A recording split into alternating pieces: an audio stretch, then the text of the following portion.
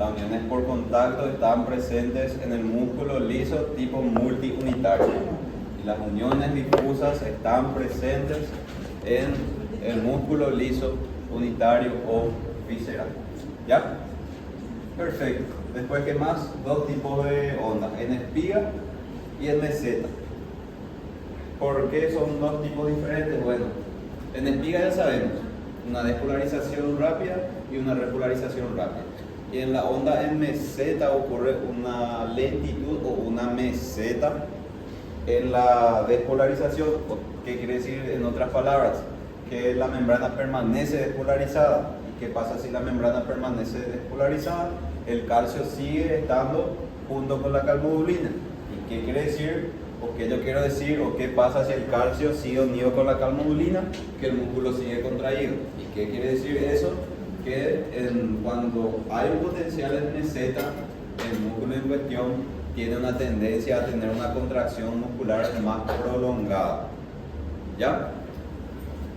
Dos tipos, potencial en espiga y potencial en meseta. ¿Se entendió? Perfecto. Bueno, todo eso aparte, ahora entramos en cardiología. El próximo examen, la próxima semana, hay una semana de tiempo para estudiar. Entendemos bien todo lo que dimos hasta ahora, perfecto. Pasamos al otro escalón, al otro peldaño, un poco más hacia arriba y a profundizarnos un poco en la materia. Ahora empezamos con cardiología. Esto no va a entrar en el examen de la próxima semana, solo hasta músculo liso. ¿Se entiende? Músculo cardíaco. El corazón como bomba y la función de las válvulas cardíacas. Fisiología del músculo cardíaco. El corazón está formado por tres tipos principales de músculo cardíaco: músculo auricular, músculo ventricular y fibras musculares especializadas de excitación y de conducción. Repaso del corazón. El corazón tiene la función de... Y bueno, es una bomba. Bombea, ¿qué cosa? Sangre. Tiene dos mitades, derecha e izquierda, y cada mitad se divide otra vez en dos. En una aurícula y en un ventrículo. ¿Está? Tiene dos mitades, derecha e izquierda, y cada mitad tiene otra vez dos compartimientos. Una aurícula y ventrículo. ¿Y qué pasa?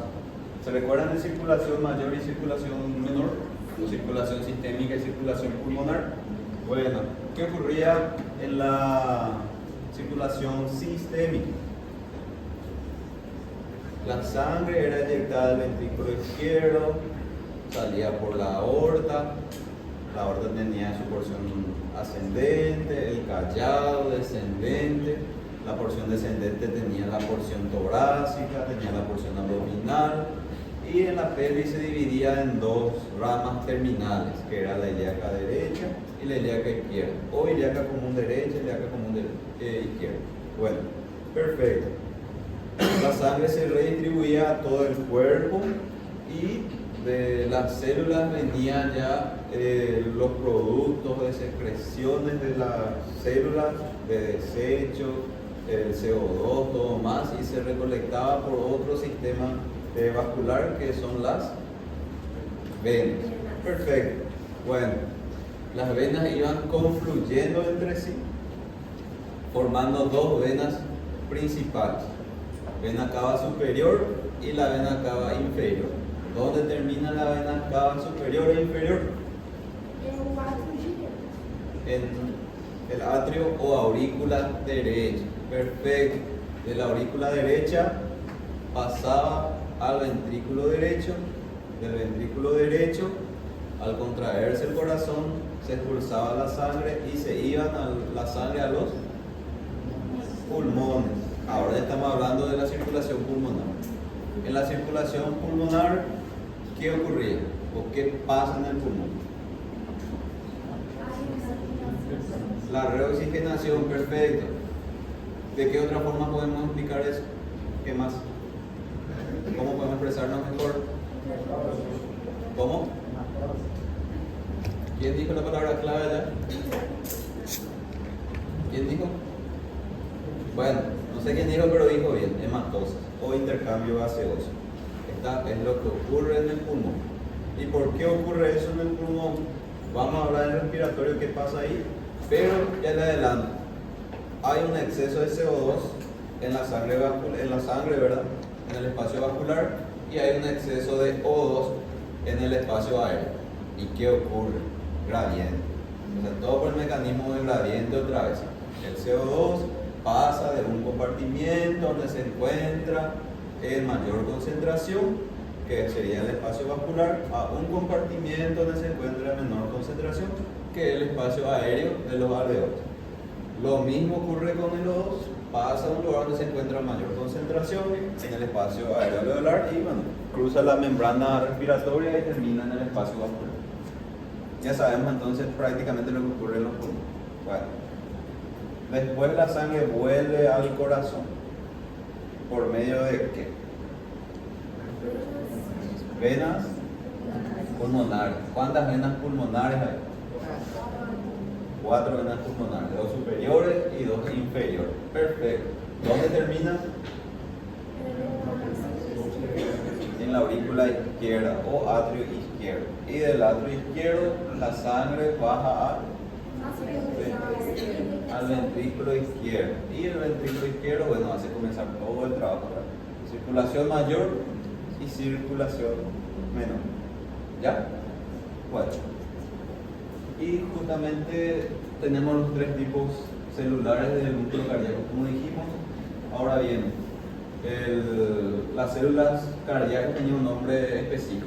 ¿Cómo se le llamaba? Miocitos. No se olviden, miocitos. Anatomía fisiológica del músculo cardíaco. Las fibras musculares cardíacas están dispuestas de modo que las fibras se dividen, se vuelven a combinar y se separan de nuevo. Cabe observar que el músculo cardíaco es estriado, igual que el músculo esquelético. Además contiene filamentos de actina y filamentos de miocina. Repasando, había 2 tipos de músculos, estriado y liso. El estriado se dividió en 2 tipos. ¿Cuáles eran? Esquelético y cardíaco. Perfecto. Pero ¿qué más dice acá? Algo que quiere confundir, parece. Las fibras musculares cardíacas están dispuestas de modo que las fibras se dividen, se vuelven a combinar y se separan de nuevo. Se dividen y se vuelven a juntar. ¿Está? O sea, dicho de otra forma, las células se juntan de tal forma que parecen un solo o una sola célula grande. ¿Por qué? Porque están muy adheridas entre sí. Y lo que dice acá, el músculo cardíaco es un sinsitio auricular y sinsitio ventricular. ¿Qué quiere decir sinsitio? Bueno, vamos a llegar a eso. Las fibras musculares cardíacas están unidas por los discos intercalados, que son membranas celulares que separan las células musculares cardíacas individuales entre sí. Es decir, las fibras musculares cardíacas están formadas por muchas células individuales conectadas entre sí en serie y en paralelo. Pero vuelvo a repetir entonces, ¿qué es el sinsitio? Es el conjunto de células que están adheridas entre sí por medio de la membrana. Nosotros leímos una parte que decía que están unidos por los discos intercalados. Estos son los discos intercalados. ¿Está? Dicho de otra forma, nosotros tenemos nuestras células. Perfecto. Las células están rodeadas por su membrana. Perfecto. Entre célula y célula está el espacio extracelular. Perfecto. ¿Y qué ocurre en el sinsitio? Las células están pegadas entre sí, o sea, sus membranas están pegadas. A eso se le llama disco intercalado. ¿Ya? Las membranas de las células musculares o de los miocitos están pegados entre sí. ¿Ya? ¿Y cómo están todas pegadas? Bueno, adquiere el nombre de sinsitio, que es un conjunto de células similares que están pegadas entre sí a través de su membrana. ¿Se entendió? Y ahí tenemos el sinsitio auricular y el sinsitio ventricular. ¿Ya?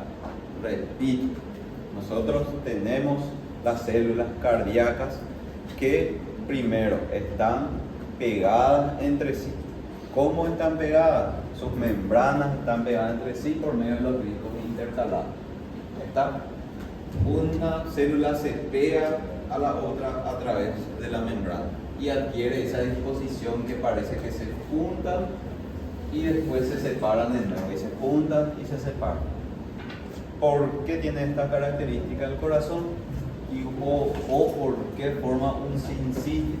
Y bueno, le da al corazón o al músculo cardíaco esa capacidad de poder bombearse mejor o en conjunto.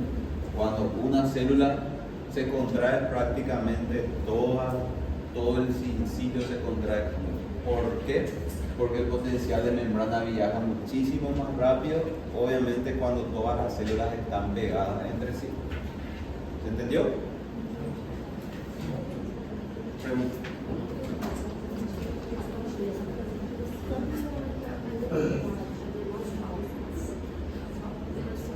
Ahora más fuerte. Quando há uma certa deficiência nas válvulas, ela afeta o desenvolvimento do músculo.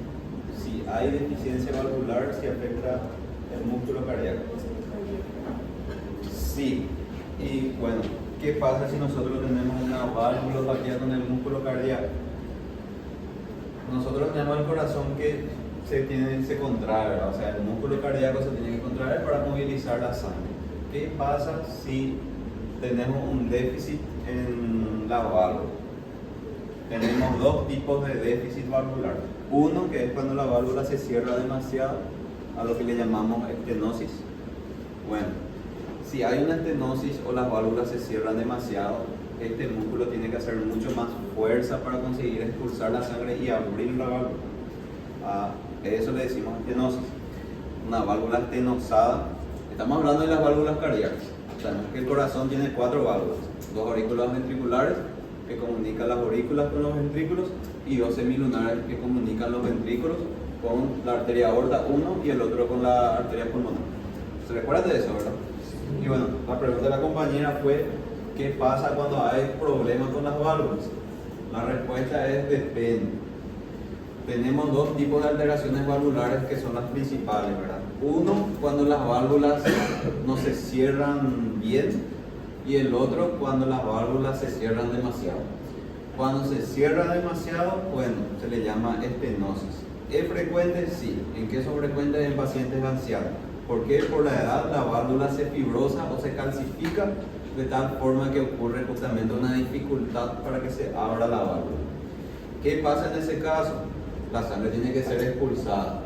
¿Y cómo hace el corazón para tratar de compensar o tratar de expulsar la sangre? Bueno, tiene que bombear más fuerte.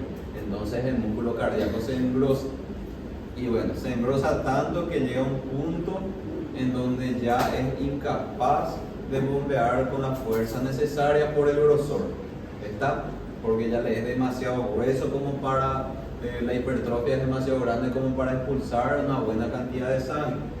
Y comienza a ser insuficiente y entramos dentro de la patología de insuficiencia cardíaca. Y la otra alteración que puede sufrir las válvulas es cuando están insuficientes. ¿Qué quiere decir cuando están insuficientes? Cuando se abren y se cierran de forma desordenada. ¿Está? Entonces el flujo de sangre es malo. O no se bombea. Se bombea bien la sangre, pero la sangre vuelve a entrar. O se bombea y se bombea poco y bueno, crea alteraciones justamente en toda la circulación de eso. ¿Por qué? Porque no hay un buen flujo de sangre. No sé si responde a tu pregunta. Bueno, seguimos con el músculo cardíaco. Dijimos que están unidas entre sí por medio de los discos intercalados. ¿Ya? O las membranas están pegadas entre sí. De tal forma que le da el aspecto de que se unen y se separan y se unen y se separan. Esta disposición celular o este tipo de unión facilita a la contracción. ¿Qué quiere decir eso? Cuando se contrae una parte, se contrae todo.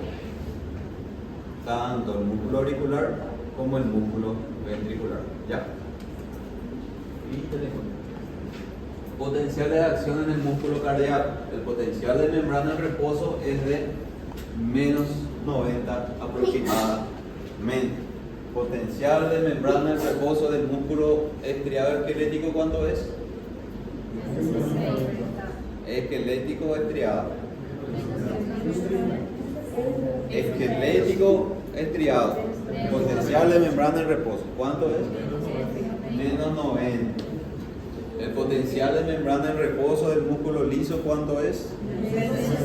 Menos 60. Y el potencial de membrana en reposo en el músculo estriado cardíaco, menos 90. Y sabemos que el estriado puede ser esquelético cardíaco, entonces ya solamente clasificamos de dos formas. El estriado, potencial de membrana en reposo menos 90, y el liso menos 60. ¿Está? Y bueno, y tenemos los potenciales de acción del músculo cardíaco. ¿Y qué es lo diferente del potencial de membrana del músculo estriado? Si yo coloco tres imágenes, en uno como el músculo esquelético, tiene un pico y un descenso rápido. ¿Por qué? Por la despolarización y repolarización. En la despolarización, ¿qué pasa? ¿Quién entra? Sodio. Y en la repolarización, ¿quién sale? Potasio. Eso ocurre y termina ahí. Después tenemos el músculo liso. Y el músculo liso, se recuerdan que tenían dos potenciales de acción, que era uno en espiga y otro en meseta. ¿Está? Y bueno, dos tipos. En el esquelético solamente tenemos un tipo. En el liso tenemos dos tipos, uno en espiga, en donde ocurre lo mismo que el esquelético, y en meseta, en donde le tarda más en abrirse los canales de potasio, creando así que la membrana se quede más tiempo despolarizada. ¿Ya? Eso en el liso. Ahí tenemos dos tipos ya. Y le agregamos uno más, que es el cardíaco. Repito otra vez. En el esquelético, un pico y un descenso. Simple. En el liso, dos tipos. En espiga también, parecido al cardíaco, y otro en meseta. Y en el cardíaco tenemos una espiga mezclado con la meseta. ¿Ya? Repitiendo otra vez. Una espiga mezclada con una meseta. ¿Por qué pasa eso? Para darle más fuerza de contracción al músculo cardíaco. ¿Y cómo ocurre eso? Después de la espiga inicial, que sería esta punta acá, la membrana permanece despolarizada durante aproximadamente 0.2 segundos, mostrando una meseta, que sería esta parte aquí. Es lo que muestra acá. Seguida al final de la meseta de una repolarización súbita, baja de forma rápida. La presencia de esta meseta del potencial de acción hace que la contracción ventricular dure hasta 15 veces más en el músculo cardíaco que en el esqueleto. La presencia de esta meseta del potencial de acción hace que la contracción ventricular dure hasta 15 veces más en el músculo cardíaco que en el esquelético, así potenciando la contracción. ¿Está? Dos entonces, potencial en espiga unido con el potencial en meseta. En el liso nosotros vimos por separado. En el cardíaco, la espiga y la meseta están juntos. No se van a confundir si en el examen le coloco entonces tres gráficos. Uno del esquelético, otro del liso y el otro del cardíaco. Porque los tres son diferentes. ¿Está? Este es del cardíaco, el del liso teníamos la espiga y tenemos el potencial en meseta. Y en el esquelético, bueno, un ascenso y un descenso, una espiga solamente. Potencial en espiga, lo que ya sabemos, ocurre por apertura de los canales de sodio. ¿Ya? O sea, la apertura de la entrada de sodio y la salida de potasio después, para la repolarización. Y el potencial en meseta, y acá encontramos una diferencia grande en el músculo cardíaco. El potencial en meseta ocurre por la apertura de los canales de calcio. Acá encontramos una acción diferente del calcio. Nosotros hablamos en el esquelético que el calcio actúa así para formar el complejo calcio, troponina, topomiosina. Perfecto. Pero no para la despolarización de la membrana. En el esquelético solamente el sodio causa la despolarización, con el potasio para la repolarización. En el liso, el calcio también es importante, pero no para la despolarización de la membrana, para formar el complejo calcio-calmodulina. Y bueno, perfecto, pero para la despolarización de la membrana en el músculo liso, solamente la entrada de sodio y la salida posterior de potasio. Ahora el músculo cardíaco es diferente, porque en el músculo cardíaco, aparte de entrar sodio, también entra calcio. El sodio es el que le da o que realiza la espiga, y la entrada de calcio es el que realiza la meseta. ¿Está? Repitiendo. En el potencial de acción, la entrada de sodio es el que realiza la despolarización en espiga, y la entrada de calcio es el que realiza el potencial de acción en meseta. ¿Ya? Espiga, sodio, meseta, calcio. Espiga, sodio, meseta, calcio. Espiga, meseta, calcio. Meseta, calcio, espiga, sodio. ¿Estamos? ¿Cómo ocurre? Tenemos desde la fase 0 hasta la fase 4. 5 puntos. Fase 0, despolarización, los canales de sodio rápido se abren. Lo que ya sabemos. ¿Verdad? Que ya sabemos. ¿Sí? Vale. Fase 1, repolarización inicial. Los canales de sodio se cierran y los de potasio se abren. Hasta acá sigue igual. Pero comienza en la fase 2 lo diferente. Una fase 2 o llamado fase de meseta también, donde los canales de calcio se abren y los canales de potasio se cierran. O sea que entra el sodio, se comienza a despolarizar la membrana, entra el sodio, se cierran los canales del sodio, se abren los del potasio comienza a salir, pero una vez que el potasio comienza a salir, se abren también los canales de calcio y el calcio comienza a entrar. La entrada de calcio bloquea los canales de potasio, entonces el potasio no sale más y el calcio sigue entrando. Ese movimiento de electrolitos o movimiento electrolítico causa la meseta. ¿Ya? Los canales de calcio se abren y los canales de potasio se cierran. Pero ocurre una segunda repolarización, la fase 3. Los canales de calcio se cierran y los canales de potasio se vuelven a abrir. ¿Ya? Y por último, fase 4, potencial de membrana en reposo con valor medio aproximado de menos 90. Eso es una vez que el potasio se abre todo, sale otra vez en el vaso extracelular y hay esa acomodación de potencial de membrana de positivo afuera y negativo adentro. La fase 4. Repitiendo. Tenemos la fase 0, que es lo normal, lo que venimos viendo hasta ahora. Se abren los canales de potasio y el potasio entra. Ocurre la despolarización. Perfecto. Hasta ahí todo bien. Después comienza la fase 1, en donde se comienzan a abrir los canales de potasio. Hasta ahí normal. Comienza a salir el potasio afuera. Pero, ¿qué ocurre en ese exacto momento? Se abren los canales de calcio. ¿Estamos? Y el ingreso de los cationes calcio provocan el cierre de los canales de potasio. ¿Está?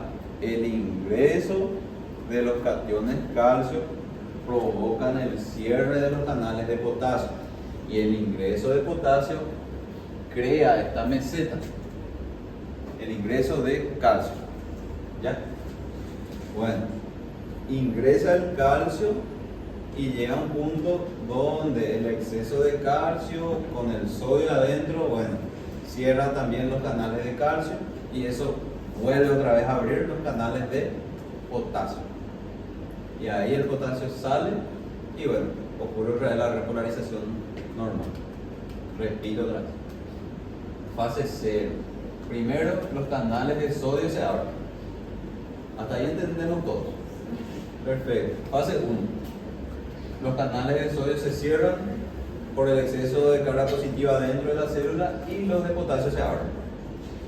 Y bueno, el potasio comienza a salir. Pero cuando el potasio comienza a salir, los canales de calcio también se abren y el calcio comienza a ingresar. Y bueno, al ingresar el calcio de afuera de la célula para adentro, eso provoca el cierre de los canales de potasio otra vez. Y llega un punto y ahí se repite que hay un exceso de carga positiva adentro y una disminución de carga positiva afuera. Bueno, esa diferencia de concentración hace que los canales de calcio se cierren y que se abran otra vez más los de potasio. ¿Ya? Y bueno, y ahí ocurre la repolarización normal. Es igual que el esquelético, igual que el liso, solo que se le agrega un catión más, que es el calcio. ¿Ya? Está medio confuso, se presta a la confusión. Los que entendieron ahora, en el recreo se van a confundir otra vez. Sí, es que no se ponen a repasar. Está. Tienen que leer y repasar y escribir en un cuaderno o escribir por su heladera o escribir en algún papelito y pegar en algún lugar para no olvidarse, porque es muy confuso y presta a la confusión y se entiende, ¿verdad? Y no hay forma, es repasar y repasar y repasar. ¿Ya? Bueno, periodo refractario. Solamente hablar un esbozo de qué es el periodo refractario cuando la membrana está despolarizada. Si la membrana está despolarizada, bueno, no puede recibir una señal externa para una nueva despolarización. ¿Por qué? Porque ya está despolarizada.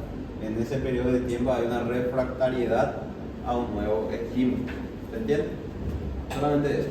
Periodo refractario cuando la membrana muscular no recibe un estímulo nuevo. ¿Por qué? Porque justamente ya está despolarizado. ¿Y cuál es el objetivo del estímulo nuevo? Bueno, despolarizar, ¿verdad? ¿Y qué va a despolarizar si ya está despolarizado? Entonces hay una refractariedad en una porción de tiempo durante la contracción o durante la despolarización. Bueno, no puede recibir un nuevo estímulo. ¿Se entendió esa parte? Período refratário, que é o quê? ¿Cómo? O período refratário é o quê?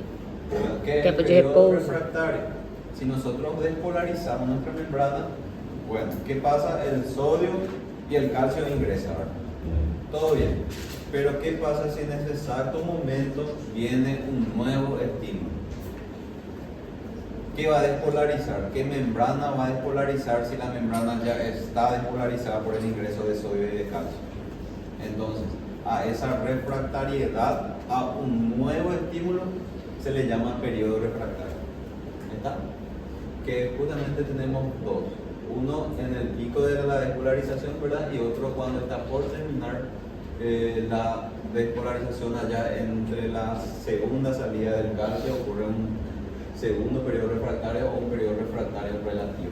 No vamos a entrar más en eso, pero igual como veníamos hablando en el esquelético y en el liso. Cuando la membrana se despolariza, bueno, viene un nuevo estímulo para despolarizar, nadie le va a recibir a ese nuevo estímulo. ¿Por qué? Porque la membrana ya está despolarizada. O sea, no puede despolarizarse a lo que ya está despolarizado. ¿Se entiende? Vale. ¿Qué tal estamos? Hasta acá terminamos músculo esquelético, cardíaco, o sea, músculo estriado cardíaco. ¿Ya? Cerramos bien hasta ahí. Comenzamos a hacer comparaciones entonces. Esquelético, liso, cardíaco. Esquelético y liso, cardíaco. Para la despolarización, en el esquelético entra sodio. Bueno, ahora quiero que hablen conmigo. Esquelético, liso, cardíaco. Para la despolarización, en el esquelético, ¿qué catión entra?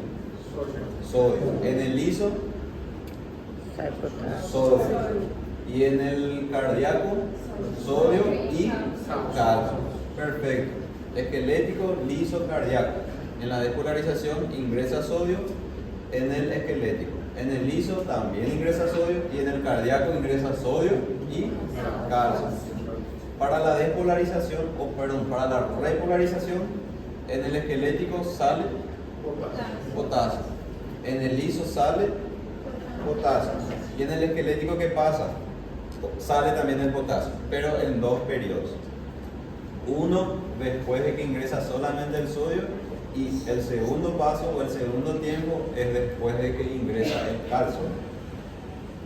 Vamos a hacer un repaso rápido de la contracción cardíaca. Bueno, viene el estímulo de la célula especializada o del sistema nervioso simpático, bueno, para que se contraiga el corazón. ¿Qué pasa primero en la membrana? Ingresa el sodio. Se comienza a despolarizar la membrana, ocurre ese potencial en espiga, que ya sabemos. Bueno, entra el sodio, se cierran los canales de sodio.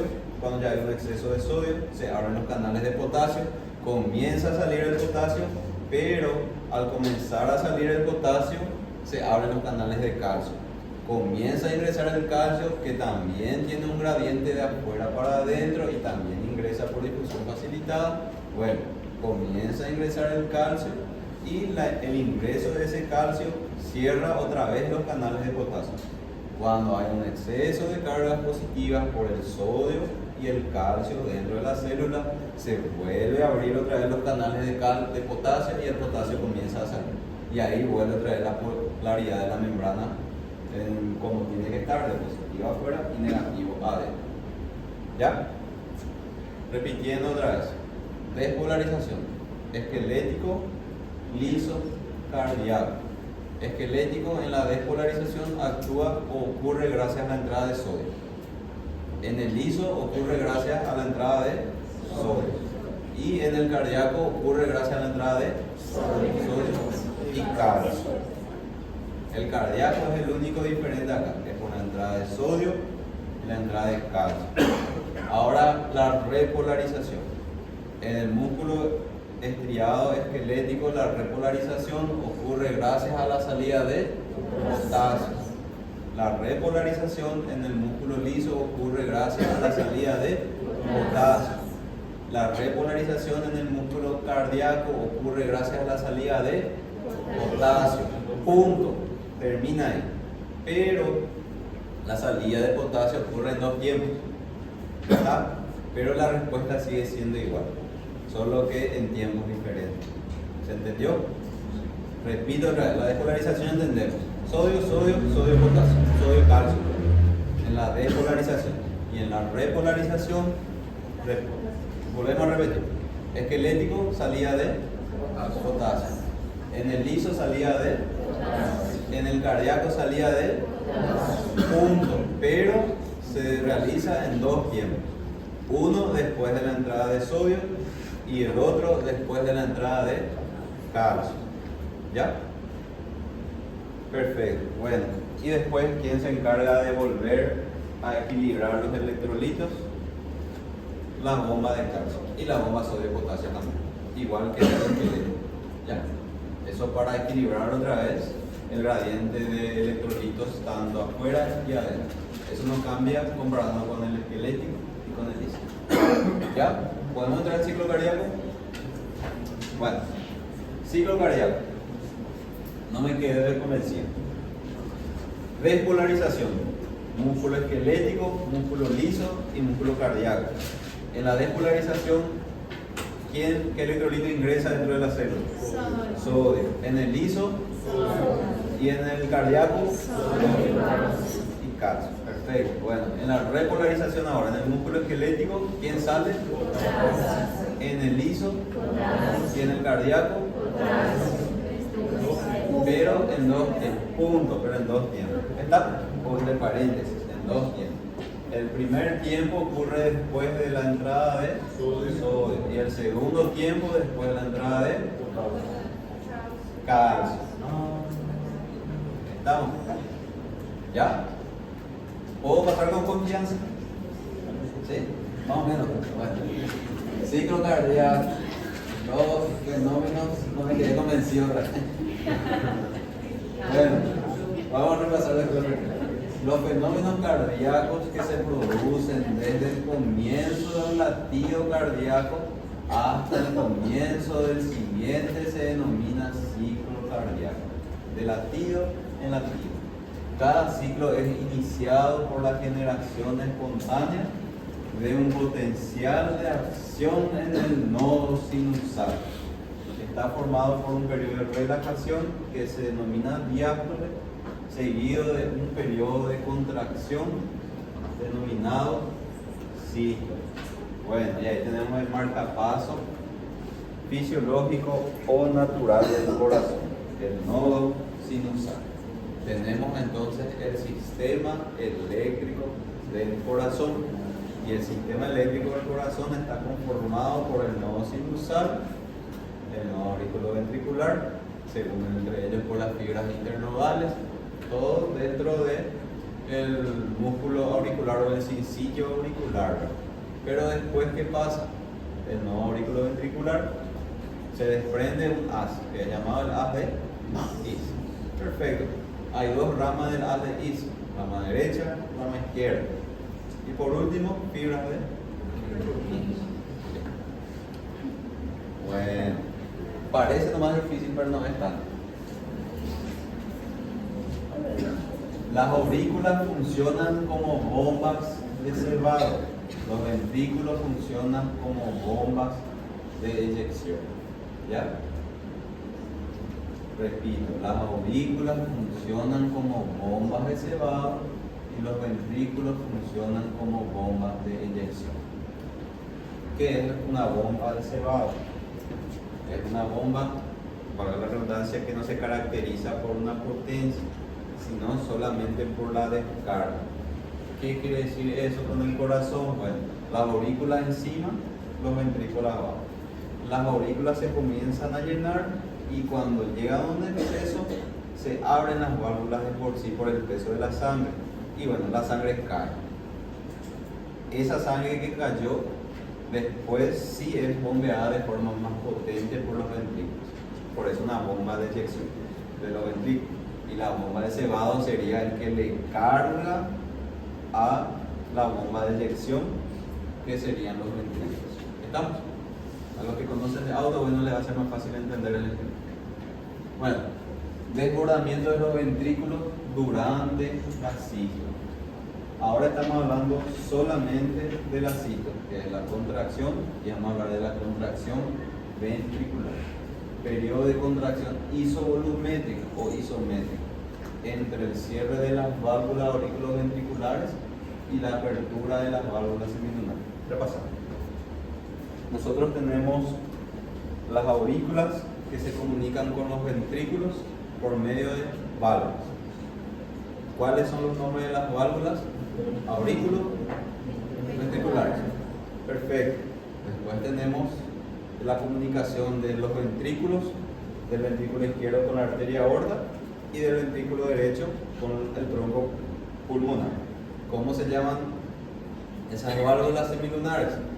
El de del ventrículo izquierdo con la arteria aorta, ¿cómo se llamaba? Arancio sí o aórtica. Y el pulmonar, bueno, pulmonar. ¿Está? Bueno. Ahora bien, ¿qué ocurre durante la sístole? Durante la sístole ventricular, cuando se contrae el músculo ventricular, expulsa la sangre que está dentro de ella, obviamente, del ventrículo izquierdo. Esa fuerza de eyección causada por el ventrículo izquierdo provoca la apertura de la válvula semilunar aórtica, provocando la expulsión de la sangre del ventrículo hacia la aorta. ¿Ya? ¿Qué pasa mientras pasa eso? ¿Qué pasa con la válvula auriculoventricular? Cuando ocurre la contracción del ventrículo izquierdo, cuando se llena el ventrículo izquierdo, cuando comienza a contraerse el ventrículo izquierdo, la misma sangre acaba cerrando la válvula auriculoventricular izquierda. No sé si se recuerda la conformación de las válvulas auriculoventriculares. La válvula mitral era aurículo ventricular izquierda, que tenía sus válvulas, tenía las cuerdas tendinosas que están unidas a los músculos papilares. ¿Y cómo se abre? La parte auricular arriba, ventricular abajo. Se abren de esta forma, en dirección al ventrículo, ¿verdad? ¿Y cómo se cierran? Se cierran de abajo para arriba, ¿ya? Para que se abran demasiado hacia arriba, para que no se abran demasiado hacia arriba, bueno, son estiradas por las cuerdas tendinosas. Otra vez, acá tenemos las válvulas auriculoventriculares, tanto mitral como tricúspidea o de derecha a izquierda, ¿verdad? Bueno, se llena la aurícula derecha o izquierda, esa presión auricular hace que se abra la válvula auriculoventricular de forma fácil por el peso de la sangre, ¿verdad? Se abre la válvula auriculoventricular, ingresa la sangre de la aurícula al ventrículo, perfecto. Se llena el ventrículo y el ventrículo comienza a contraerse durante la sístole ventricular. Y en la sístole ventricular, bueno, el exceso de sangre, cuando comienza a expulsarse, impulsa otra vez la válvula o las valvas de las válvulas hacia arriba. Y bueno, se cierra otra vez las válvulas por esa presión ejercida por la expulsión de la sangre o por la contracción del músculo ventricular.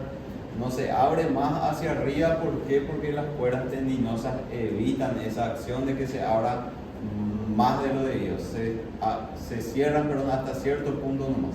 Si de repente hay una ruptura de una cuerda tendinosa o los músculos papilares o las cuerdas tendinosas están demasiado elongadas, sí se puede abrir de más. Y ahí entramos dentro de la insuficiencia valvular, ¿verdad? Pero fisiológicamente normal, bueno, el exceso de sangre en la aurícula hace que se abra hacia los ventrículos, la sangre cae y cuando ocurre la sístole ventricular o el ventrículo comienza a contraerse, la sangre cierra otra vez las válvulas auriculoventriculares. ¿Se entiende? Eso tanto en la mitral, que es del lado izquierdo, como en la tricúspide, que es del lado derecho. ¿Se entendió esa parte? ¿Cómo ocurre el cierre de la válvula mitral? Ocurre de esa forma. La apertura, ¿cómo ocurre? Por el exceso de sangre en la aurícula, principalmente, ¿verdad? Porque sabemos que una bomba se va. Y también tenemos la contracción en sí también, ¿verdad? De los músculos auriculares. Pero el peso de la sangre en la aurícula de por sí ya abre las válvulas auriculoventriculares por gravedad, ¿verdad? Y bueno, lo restante se expulsa con la contracción también de las aurículas, pero ya no es más mucho. Casi todo ocurre por gravedad. Por eso no tiene una fuerza de eyección grande las aurículas. Repitiendo otra vez. Vamos de arriba para abajo. Viene la sangre, se deposita a través de las venas cavas, comienzan a entrar en la aurícula derecha. Se llena la aurícula derecha hasta el punto que abre ya las válvulas auriculoventriculares. Perfecto. Bueno, después, ¿qué pasa? Se llena el ventrículo derecho y cuando está lleno el ventrículo derecho, la distensión de la sangre por sobre las paredes del músculo cardíaco provoca la contracción. Se comienza a contraer el músculo y la propia sangre que está adentro provoca el cierre de la válvula auriculoventricular. ¿Ya? Se cerró la válvula auriculoventricular. Se impide ya el paso de la sangre del ventrículo para la aurícula o el reflujo. ¿Está? Y bueno, se contrae el ventrículo, tanto derecho o izquierdo, independiente de eso, se cerró la válvula auriculoventricular y bueno, ¿cuál es la siguiente válvula que está enfrente? La semilunar, o la válvula pulmonar o la válvula aórtica. Bueno, hay un periodo de tiempo, acá, periodo de contracción isovolumétrica que ocurre entre el cierre de las válvulas auriculoventriculares y la apertura de las válvulas semilunares. ¿A qué se refiere cuando dice isovolumétrica? Que bueno, ocurre una contracción, el músculo cardíaco se contrae, esa contracción produce el cierre de las válvulas auriculoventriculares, pero sigue sin abrir las válvulas semilunares o aórtica o pulmonar. Ese periodo de tiempo corto en donde las dos válvulas están cerradas y no entra sangre ni sale sangre, se le llama periodo de contracción porque el músculo se contrae, pero es isovolumétrica porque no cambia el volumen, no entra ni sale volumen. ¿Se entendió? Periodo de contracción isovolumétrica, como dice su nombre, es un periodo donde ocurre una contracción muscular del músculo de los miocitos y es isovolumétrica. ¿Por qué isovolumétrica? Porque ya no hay más sangre que entra, pero tampoco la sangre ya no sale más. ¿Por qué no hay sangre que entra y tampoco hay sangre que sale? Porque las dos válvulas están cerradas. ¿Por qué está cerrada la aurícula ventricular? El propio corazón, al comenzar a contraerse, cerró la válvula, ¿verdad? Pero ¿por qué no sale la sangre? Porque todavía no hay una contracción tan fuerte que pueda hacer que se abra la válvula aórtica o pulmonar o semilunar. ¿Ya? Un periodo de tiempo de contracción en donde ocurre una contracción isovolumétrica, no hay ni pérdida ni adición de volumen de sangre, pero sí hay una contracción. ¿Se entiende? Bueno, después tenemos el periodo de eyección. ¿Qué es el periodo de eyección? Cuando la contracción muscular crea ya un flujo de sangre tan fuerte que produce la apertura de las válvulas semilunares hasta el cierre de estas. ¿Está? Dijimos otra vez. Primero, bueno, ingresa la sangre en las aurículas, el exceso de sangre en las aurículas produce la apertura de las válvulas auriculoventriculares, la sangre cae en los ventrículos y comienza a aumentar la sangre dentro del ventrículo. Perfecto. Y llega a un punto tal que ya hay una sangre considerable dentro del ventrículo y el ventrículo, por esa distensión, se comienza a contraer. Comienza a contraerse y comienza a generar una presión dentro del volumen de sangre que produce el cierre de la válvula auriculoventricular. ¿Ya? Pero bueno, se cierra la válvula auriculoventricular, pero la válvula semilunar está todavía cerrada. Bueno, sigue aumentando la presión, el músculo sigue contrayéndose, pero sigue cerrado la semilunar y la auriculoventricular se cierra más todavía, ¿verdad? Por el exceso de presión. Y bueno, a eso se le denomina periodo de contracción isovolumétrica. Iso de igual y volumen, el volumen de sangre, ¿verdad? No cambia el volumen, pero sí hay una contracción del ventrículo. Pero bueno, de repente la fuerza del músculo cardíaco ventricular es tan grande que consigue vencer la resistencia de las válvulas semilunares y abre las válvulas y la sangre comienza a ser eyectada ya desde el corazón hacia la arteria pulmonar en el lado derecho o hacia la arteria aórtica en el lado izquierdo. ¿Se entiende? Uno es entonces periodo de contracción que va desde el cierre de las válvulas auriculoventriculares hasta la apertura de las semilunares. En otras palabras, cuando los dos están cerrados. Y el periodo de eyección desde que se abre las válvulas semilunares hasta que, bueno, ya no hay más sangre que expulsar y se cierra otra vez las válvulas semilunares. ¿Está? Recuérdense la diferencia histológica entre las válvulas auriculoventriculares y las válvulas semilunares. Las válvulas semilunares son más elásticas, entonces se pueden abrir y cerrar por sí solas y no requieren de cuerdas tendinosas. ¿Estamos?